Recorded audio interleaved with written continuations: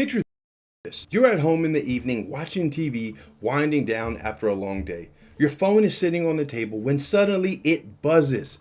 A text message pops up and it looks like it's from your bank. The message says there's a charge on your account that doesn't look right, and it asks you to reply yes or no to confirm whether it was you. Nothing about this feels strange. In fact, it feels responsible of you to respond. If there's fraud on your account, you want to stop it immediately. So you reply. And without even realizing it, you just opened the door to a scam that's draining bank accounts across the country. This isn't a story about being careless. It's about an everyday habit that most people don't even think twice about, and how scammers are exploiting it at an alarming rate. Now, before we go any further, just real quick. Now, me and my team, we've looked at this channel data here, and we noticed that 90% of you watching these videos are not subscribed to the channel. Take a moment, subscribe. It costs you nothing, but it helps you not miss out on this content that could potentially save you from being scammed. Okay, let's get back to the story. This case comes from a local news investigation, and it begins the same way that so many of these stories do, quietly. It was a late Saturday evening. A simple text message popped up on Brandy Andrews' phone, appearing to come from her bank. It said, "This is Regions," and they were calling to confirm that I had made this purchase from this location. Confirm it was me, yes or no. She replied no, and almost immediately another message came through. This one explained that a customer service agent would be calling her shortly. It even included a claim number. Just 2 minutes later, her phone rang. It was a man calling himself Tristan, claiming to be from Regions. He presented himself as professional, calm. He didn't rush her at all, very patient. And the first thing that he did was not ask for any sensitive information. He didn't ask for her account number. He didn't ask for any digits of her social security number. He didn't ask for anything that would normally raise alarms. He already had the details. He talked through her recent account activity. He asked her where was the last legitimate transaction had actually taken place. He confirmed that the charges from out of state were not hers. From her perspective, this felt like fraud investigation finally working exactly the way it's supposed to. At one point, he explained that her account was being flagged to prevent further unauthorized charges. Anything suspicious going forward would need her approval, and that explanation mattered. It was everything, because it set the stage for what came next. He told her there was one more step that was needed to fully secure the account. A verification code needed to be sent. Not by text message, but by email. And again, something important happened. He didn't ask for her email address. He already had it. He just got her to confirm it. The email was sent. It arrived almost immediately. And inside was a verification code. And like many legitimate security messages, it included a warning telling her not to share that code with anyone. Now, she noticed the warning. She even mentioned it to the caller, and he responded without hesitation.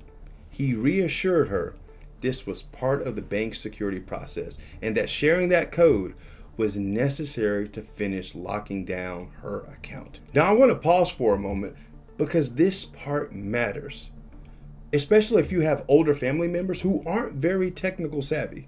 If you have older family members who aren't tech savvy, you need to hear about this.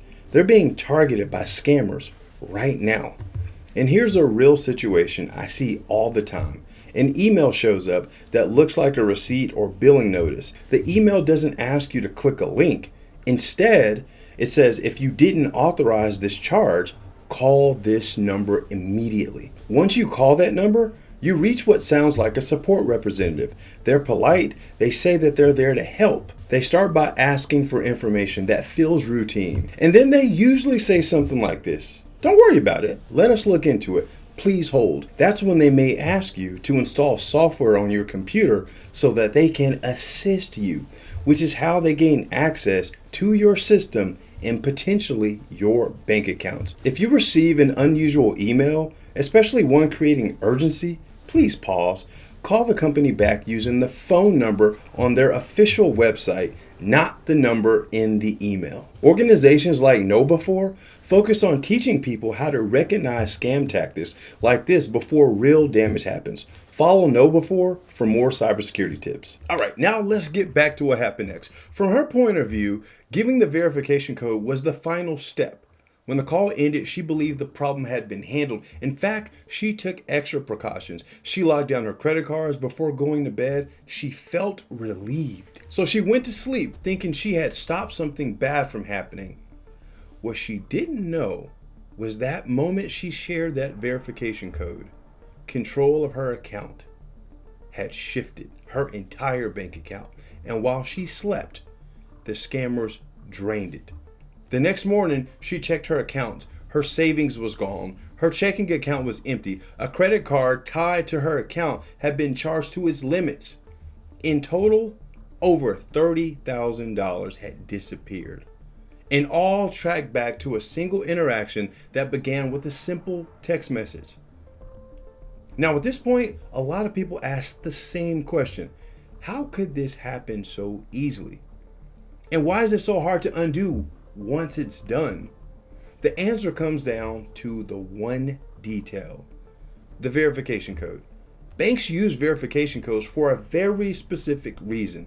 They're designed to confirm the person taking action on the account is actually the account holder.